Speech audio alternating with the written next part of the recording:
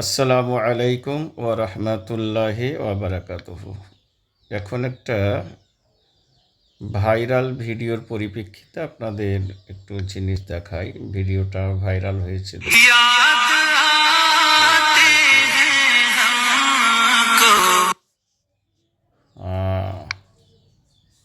এই যে এটা একটা ভিডিও ভাইরাল করেছে এই মুফতি রাকিবুল।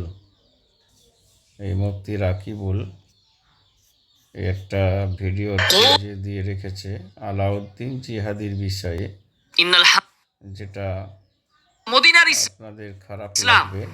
রাষ্ট্রীয় পৃষ্ঠপোষকতা।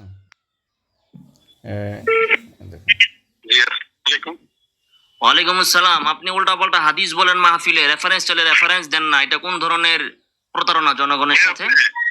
আমি যেই হই, আপনি যে বলছেন সাহাবায়ে কেরাম তাদের সন্তানদের জন্মদিন পালন করতেন, এটা দেখুন কোন হাদিসে আছে? আরে পরিচয় জানার দরকার নাই, আপনাকে আমি জিজ্ঞেস করেছি, আপনি হাদিস নাম্বার বলেন বা অধ্যায় বলেন বা হাদিসটা বলেন। সাহাবায়ে কেরাম কোন হাদিস দেখলেন আপনারা? জন্মদিন পালন করতেন, এটা কোন হাদিসে? আমি ওর কমেন্ট বক্সে আরে পরিচয় জানার দরকার নাই, হাদিসটা আপনাকে এখানে দিয়ে রেখেছি। আমি এটা ওদের অ্যাপস থেকে আপনাদের এখন দেখাচ্ছি যে এই হাদিসটা যেটা আলাউদ্দিন জিহাদি বলেছিলেন, উনি বলেছিলেন সেটা উনি হয়তো শুনেছেন। এই যে আদাবুল মুফরাদ, উনি বললেন আদাবুল মুফরাদ থেকে আলাউদ্দিন জিহাদি হাদিস দিয়েছিলেন। আমি এখন আদাবুল মুফরাদ, দেখুন আদাবুল মুফরাদ আপনারা দেখছেন। আদাবুল মুফরাদের যে অধ্যায়গুলো আছে তার মধ্যে এই নিচের 2 নাম্বার থেকে একটু উপরে এটা দেখুন। এই যে দেখুন অধ্যায় জন্মোৎসব ও খতনা অনুষ্ঠান। জন্মোৎসব ও খতনা অনুষ্ঠান। এই যে এবার এখানে খতনা আস্তে আস্তে দেখুন।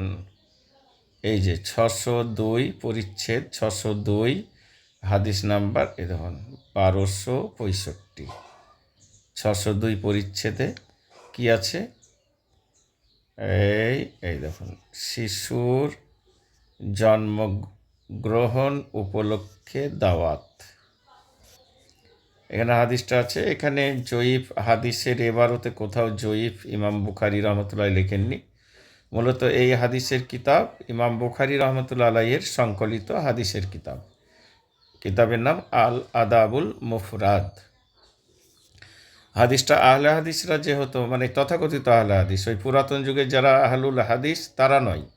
এখন আমরা আহলে হাদিস বলতে যাদেরকে নিজেরা স্বঘোষিত আহলে হাদিস বলে পরিচয় দেয়, আপনাদের জানার সুবিধার্থে তাদেরকে আহলে হাদিস শব্দটা ব্যবহার করি, কিন্তু মূলত এরা আহলে হাদিস নয়।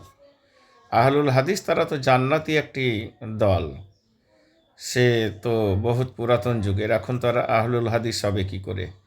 মানুষদের কাছ থেকে হাদিস শত শত মাইল গিয়ে পায়ে হেঁটে হাদিসকে ঝাড়াই বাছাই করে সংগ্রহ করে মানুষের কাছে উপস্থাপন করেছেন যারা, তারাই হচ্ছে প্রকৃত আহলুল হাদিস। তারাই হচ্ছে জান্নাতি একটি দল, একটি জামাত। তো এরা এখানে জয়ীফ লিখেছে। হাদিসটা জয়ীফ হলেও ফরজ হবে না, যদি তাদের মাত্রা মেনে নেওয়া যায় হাদিসটি জয়ীফ, তবুও এই আমলটি হারাম বা নাজায়েজ অথবা বেদাত হবে না বা শিরক হবে না। জয়ীফ হাদিস দ্বারাও যদি কোনো কিছু প্রমাণিত হয়, সেই আমল যদি কেউ করে কোনো মুসলিম, তা অপর কোনো মুসলিম তাকে কটাক্ষ করতে পারবে না, বিরোধিতা করতে পারবে না। এটাই হচ্ছে ইসলামিক নিয়ম। তো এখানে দেখুন শিশুর জন্মগ্রহণ উপলক্ষে দাওয়াত। জন্মগ্রহণ উপলক্ষেই তো দাওয়াত। এই যে বাবুর দাওয়াতে ফিল বিলাদাত, তাহলে এখানে তো শিশুর জন্মগ্রহণ উপলক্ষে, এই যে শিশুর জন্মগ্রহণ উপলক্ষে দাওয়াত। বিলাল ইবনে কাব আল আক্কি রহমতুল্লাহ আলাই বলেন, আমি ইব্রাহিম ইবনে আদাহাম,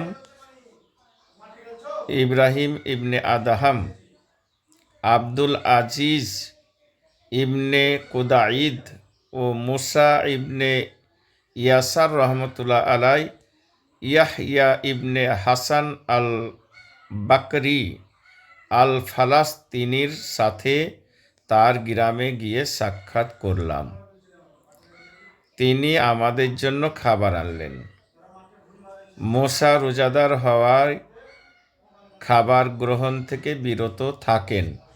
নিচে দেখবেন এই যে মোসা যিনি খাবার গ্রহণ করেননি রোজাদার অবস্থায়, ইনিও রোজা ভেঙেছিলেন। নিচে দেখবেন ইয়াহিয়া বলেন 40 বছর যাবৎ এই মসজিদে কিনানা গোত্রীয় আবু কিরসাফা রাদিয়াল্লাহু তাআলা আনহু ডাক নামের নবী সাল্লাল্লাহু আলাইহি সাল্লাম এর একজন সাহাবী আমাদের ইমামতি করেন। সুবহানাল্লাহ। নবী করিম সাল্লাল্লাহু আলাইহি সাল্লামের একজন সাহাবী, তিনি কিনানা গোত্রীয় আবু কিরসাফা, তার ডাক নাম ছিল এটা, অন্য নাম আছে। তিনি একটি মসজিদেই 40 বছর যাবৎ ইমামতি করছেন। তিনি একদিন রোজা রাখেন আর একদিন বিরতি দেন। সারাটি বছরের মধ্যে তিনি একদিন করে রোজা রাখতেন আর একদিন রাখতেন না, একদিন রোজা রাখতেন একদিন রাখতেন না। আমার পিতা, মানে যিনি বর্ণনা করছেন, বলছেন আমার পিতা একটি পুত্র সন্তান জন্মগ্রহণ করলে তিনি তাকে দাওয়াত দেন। কাকে? ওই যে ইমাম এবং সাহাবী, 40 বছরের ইমাম এবং সাহাবী তাকে নিমন্ত্রণ দেন। সেটি ছিল তার রোজা রাখার দিন। যেদিনে নিমন্ত্রণটা দেওয়া হয়েছিল ওই দিনে তার পালি পড়েছিল রোজা রাখা। তিনি রোজা ভাঙলেন। তাহলে কি হলো? একজন সাহাবী, তিনি একদিন রোজা রাখতেন। এটা তো নফল রোজা, ফরজ নয়। ফরজ রোজা হলে ভাঙতে পাবেন না, ওয়াজিব হলে ভাঙতে পাবেন না। কিন্তু যদি নফল রোজা রাখেন তাহলে দাওয়াত রক্ষার্থে ভাঙতে পাবেন, ভঙ্গ করতে পাবেন। আপনি যদি নফল রোজা রেখেছেন, সফরে বেরিয়ে যান, তাহলে রোজা ভঙ্গ করলেও কোনো সমস্যা নেই। কোনো স্ত্রী রোজা রেখেছেন, নফল রোজা, স্বামী তাকে যদি, স্বামীর অর্ডার তো নিয়েই নফল রোজা রাখতে হয়, তারপরে যদি রেখে দেন, স্বামী কোনো কারণে বাড়ি ফিরেছে, যদি রোজা ভাঙতে পারেন তো নফল রোজা হলে সেটাও পারবেন।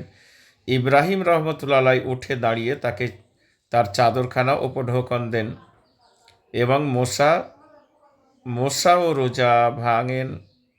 ওই যে ওপরে বললেন যিনি খাবার গ্রহণ করছিলেন না, রোজায় আছি বলে। তো সাহাবী যখন, আল্লাহ রসুলের সাহাবী যখন রোজা ভঙ্গ করে দাওয়াত রক্ষা করছেন, তখন উনিও রোজা ভঙ্গ করে দিলেন।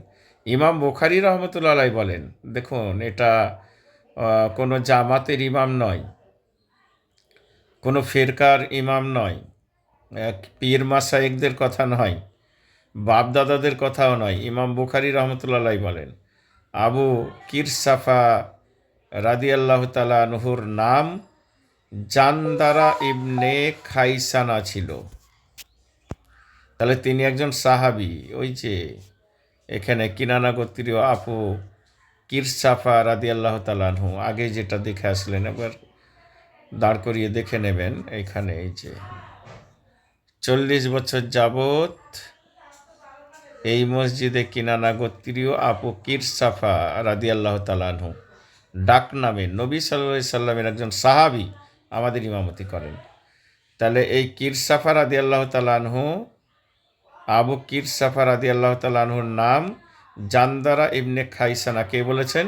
ইমাম বুখারী রহমতুল্লাহ আলাইহি বলেছেন, যিনি আল আদাবুল মুফরাদ নামে হাদিসের গ্রন্থ সংকলন করেছেন। ইমাম বুখারী যেমন বুখারী সংকলন করেছেন, তেমনি আদাবুল মুফরাদ এই গ্রন্থটিও তিনি সংকলন করেছেন। এবং তিনি বলছেন উনি একজন সাহাবী ছিলেন। তাহলে একজন সাহাবী একটি পুত্র সন্তানের জন্ম উৎসবের খাদ্য গ্রহণ করার জন্য তিনার যে রোজা, নফল রোজা, তিনি ভঙ্গ করেও দাওয়াত রক্ষা করেছেন। তাহলে পুত্র সন্তানের জন্মোৎসব, এই যে পুত্র সন্তানের জন্মগ্রহণ করলে তিনি তাকে দাওয়াত দেন, দেখুন সেটি ছিল তার রোজা রাখার দিন। তাহলে রোজা রাখার দিনে দাওয়াত কি ছিল? তিনি তো বেদাত বলে বাতিল করেননি, নাজাইজ বলেননি, হারাম বলেননি। তিনি পুত্র সন্তানের জন্মগ্রহণের অনুষ্ঠানের খাবার গ্রহণ করেছেন, তাও আবার একটি রোজা, নফল রোজাকে ভঙ্গ করে। এবং তার সাথে সাথে আরও একজন রোজাদার ছিলেন, তিনিও রোজা ভঙ্গ করে, মোসা, যে তিনিও রোজাকে ভঙ্গ করেও খাবার গ্রহণ করেছেন।